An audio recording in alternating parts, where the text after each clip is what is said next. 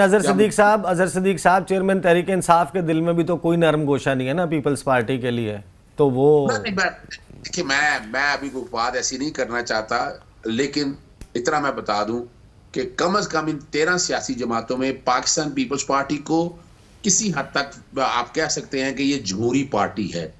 मैं बाकी 13 सियासी जमातों ने तो सत्यानाश कर दिया, लेकिन जमहूरियत की नफी करने में इन्होंने भी बराबरी का रोल प्ले किया है।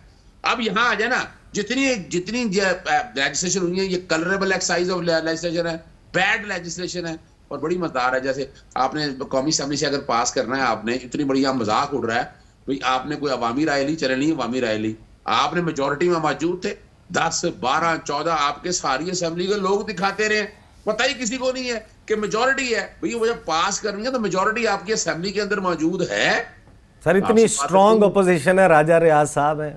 ओहो हाँ, वो बड़ा मजा आया। अच्छा वो आपने बता दिया। वो जब राजा रियाज साहब को ना अपोजिशन लीडर जब बनाया ना, तो मैंने वहां चैलेंज किया, और ये यहाँ भी जो गैर जमहूरी रवायात थी कि एक बंदा मेजोरिटी में है ही नहीं है, हम उसको अपोजिशन लीडर मान रहे हैं, और वो भी भागा हुआ घोड़ा है वहां से। सही कमाल की बात है, वो ऐसा अपोजिशन लीडर है।